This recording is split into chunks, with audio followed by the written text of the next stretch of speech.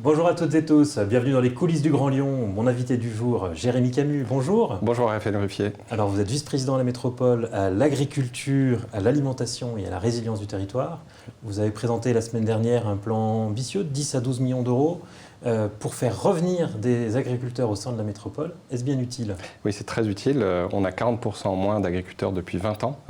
On a 62% des agriculteurs qui ont aujourd'hui plus de 50 ans. Donc il y a un vrai 340 enjeu. Exploitations. 340 exploitations. On a un vrai enjeu aujourd'hui d'avoir une nouvelle génération de paysans sur la métropole pour alimenter les 1 400 000 habitants qui existent aujourd'hui sur la métropole. Mais vous voulez développer une alimentation locale oui. au sein de la métropole. Ce n'est pas sur le territoire de la métropole que ça se jouera. Alors ça peut jouer déjà sur le territoire de la métropole. On a plus de 23 000 hectares d'espaces naturels et agricoles donc qui sont aujourd'hui à optimiser. Un des grands enjeux, par exemple, c'est améliorer l'autonomie alimentaire de notre territoire. On a 5% d'autonomie alimentaire aujourd'hui sur la métropole. Et 95% de ce qui est aujourd'hui produit sur la métropole part en dehors de la métropole, alimenté d'autres bassins nourriciers. Donc on peut capter aussi déjà une première partie de la production qui est réalisée sur le territoire métropolitain.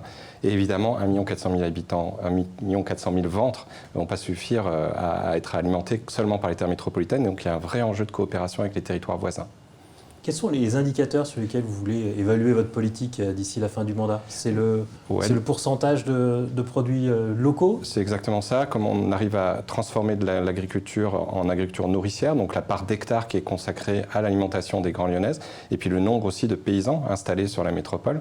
On disait tout à l'heure 340 paysans aujourd'hui sur la métropole, des grands enjeux pour installer des nouveaux agriculteurs qui reprennent aussi des exploitations qui vont arriver bientôt à la retraite. Donc il y a un vrai enjeu autour aussi du nombre de paysans à mettre sur la métropole. Dans la présentation de votre politique, vous avez rappelé aussi une étude qui montre que 30% des habitants de la métropole ont des difficultés pour se nourrir, 15% disent souffrir de faim. C'est ça. Est-ce que ça, ce sont des domaines sur lesquels la métropole peut agir? Oui, clairement. En l'occurrence, on se rappelle tous des files d'étudiants dans la rue pendant la crise sanitaire et les difficultés qu'on a eues pour s'approvisionner sur la métropole. Et il y a un vrai enjeu de justice alimentaire, d'accessibilité alimentaire, en particulier de traiter toute la précarité alimentaire. Et c'est une des compétences de la métropole aujourd'hui, la compétence sociale, d'arriver à rendre accessible une alimentation saine et durable pour tous les habitantes et les habitants du Grand Lyon. Dans votre compétence, vous avez la gestion des cantines de la métropole, oui. Enfin des collèges de la Exactement. métropole.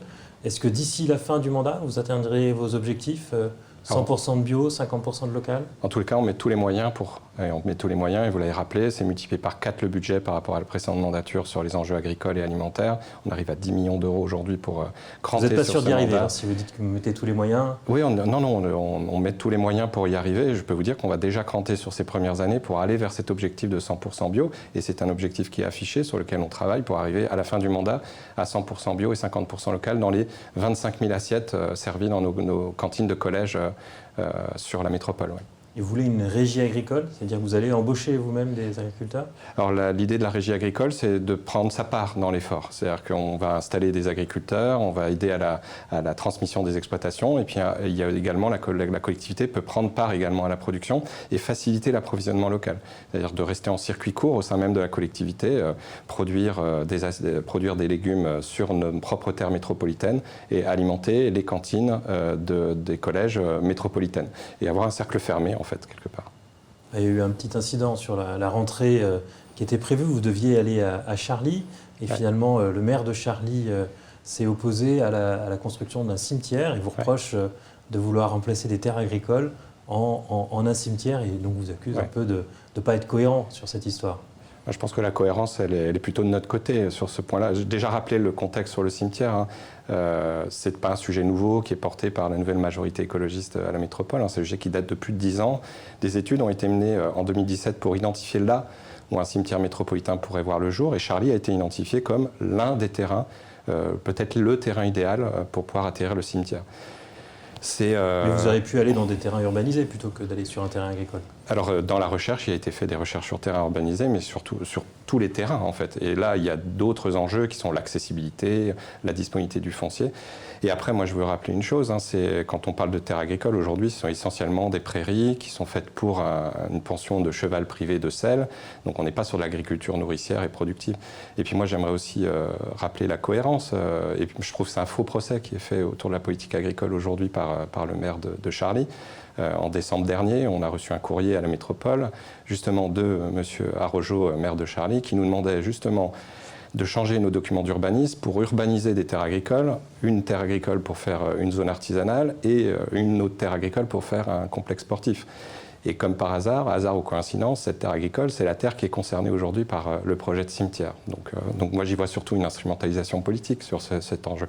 Et surtout, pas de dialogue. On communique par caméra interposée, mais le dialogue n'a jamais été souhaité par le maire de Charly. Donc j'espère qu'on va arriver très prochainement à discuter avec lui. En tout cas, la porte du président est ouverte. Il a rencontré tous les maires depuis le début du mandat, sauf M. Arrojo, justement, qui n'a jamais trouvé de temps pour rencontrer le président de la métropole. Mais sa porte est clairement ouverte. Et je crois qu'un rendez-vous est d'ailleurs enfin monté pour parler des sujets de Charly et du projet de cimetière.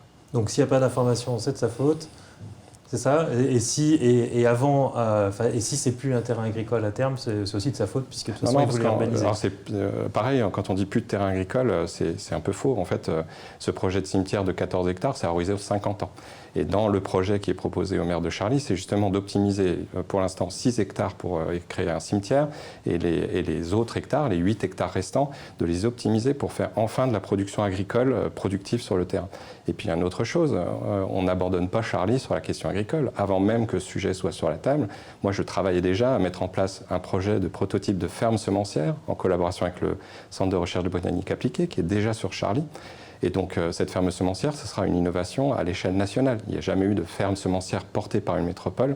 Alors, ferme semencière, ça veut dire quoi? C'est travailler les semences qui soient résilientes au changement climatique. Donc voilà. Travailler des vieilles semences, on sait qu'on a des banques de données de semences sur l'agglomération qui sont très puissantes. Donc c'est pour ça que je trouve que c'est un faux procès. En l'occurrence, on l'a dit, la responsabilité de la métropole aujourd'hui de multiplier les budgets par 4 sur la question agricole.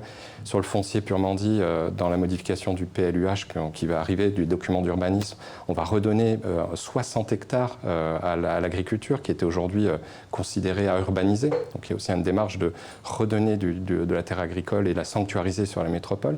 Donc voilà, tout ça montre. Et puis les projets qu'on a spécifiquement sur Charly avec cette ferme semencière. Autre sujet dans votre actualité, la Cité internationale de la gastronomie au sein de l'Hôtel-Dieu. On sait que c'est un dossier dont vous avez hérité suite à un échec du projet précédent, puisqu'il y a eu une faillite et une fermeture. Là, vous vous donnez du temps. Donc finalement, si on a bien compris, c'est 1 million d'euros par an pour expérimenter et pour repousser la décision de l'avenir de cette cité à 2 ans. Alors, c'est pas tout à fait ça. On ne se donne pas du temps. On va faire des choses pendant ces 2 prochaines années. On va multiplier le nombre d'actions dans cette cité. On expérimente des usages, mais surtout, on va proposer des nouvelles suggestions autour de la gastronomie, de l'alimentation, de la santé aux habitantes et aux habitants du Grand Lyon. Donc, on n'attend pas 2023 pour ouvrir. D'ailleurs, elle est déjà réouverte, la Cité internationale. Dès qu'on nous sommes arrivés aux responsabilités et qu'on a récupéré ce dossier, on a décidé de l'ouvrir gratuitement à la population. Ça a été fait entre deux pandémies à l'automne. On a accueilli plus de 7000 personnes au sein de ce lieu pendant ce temps de visite gratuite. On a décidé de la réouvrir tous les premiers dimanches de chaque mois gratuitement pour que tous les curieux et curieuses de la population puissent venir visiter le lieu. Et on approche là les 10 000 visiteurs sur la Cité internationale. Donc elle est déjà ouverte. Là où on va travailler, c'est amener des propositions alléchantes dans cette cité de la gastronomie. Et en particulier, un point qui nous tient à cœur, c'est comment on remet cette cité de la gastronomie à hauteur d'enfants et comment les enfants trouvent ici un lieu où il y a une éducation au goût, une éducation aussi aux grands enjeux de l'alimentation. Et je vous invite déjà à venir sur cette cité où on vient de mettre une exposition autour de comment on change notre alimentation avec notre assiette, qui est disponible tous les premiers dimanches de chaque mois gratuitement sur la Cité internationale. On sait que dans les principaux reproches qui pouvaient lui être faits, c'était qu'on n'y mangeait finalement pas grand-chose, que les cuisines à l'étage étaient mal conçues et finalement servaient assez peu. Est-ce qu'on va enfin manger à la Cité de la Gastronomie? En tout cas, on va y manger comme dans un restaurant. La configuration du site ne le permet pas, clairement pas. Techniquement, c'est très contraint. Par contre, on va essayer d'y amener de l'expérience gustative. Et on a la chance pour ça d'être entouré. On a créé un comité Rabelais, donc composé de 30 personnes, 15 hommes, 15 femmes, pour réfléchir à ce projet et proposer des actions au sein de cette cité. Et dans ce comité Rabelais, on a la chance d'avoir des grands chefs comme Christian Tête-Doigt, comme M. Marcon, comme Nour Milan, qui est du restaurant Saison de l'Institut Paul Bocuse, comme Joseph Viola des Toques Blanches, qui vont nous apporter leur expérience et surtout leurs compétences pour amener du goût dans cette cité. Par exemple, là, je vais tout de suite après inaugurer l'arrivée du CFA de la gastronomie avec Christian Tête-Doigt à la Cité internationale qui va inaugurer sa première promotion du CFA au sein de la Cité internationale de la gastronomie. Dernière question en cette année présidentielle. Vous êtes Europe Écologie Les Verts. Est-ce que vous avez une préférence pour cette présidentielle? Pour le moment, je n'ai pas fait mon idée et mon vote c'est le 22 et d'ailleurs j'invite tous ceux qui souhaitent participer à cette primaire. 22 septembre, primaire des écologistes, lesécologistes.fr, inscrivez-vous pour participer à cette primaire. Tout le monde a le droit à partir de 16 ans de voter pour cette primaire. Et c'est surtout ça. Il faut aller voter, mais vous ne savez pas pour qui. Comment? Il faut aller voter, mais vous ne savez pas pour qui. Chacun vote en son âme et conscience. Moi, je ne sais pas encore quel bulletin je vais mettre dans mon enveloppe, mais voilà. En tout cas, ce qui est important, c'est qu'il y a un maximum de monde qui participe à cette primaire. Jérémy Camus, je vous remercie. Merci à vous. Et puis moi, je vous dis à demain pour une nouvelle émission des coulisses du Grand Lyon.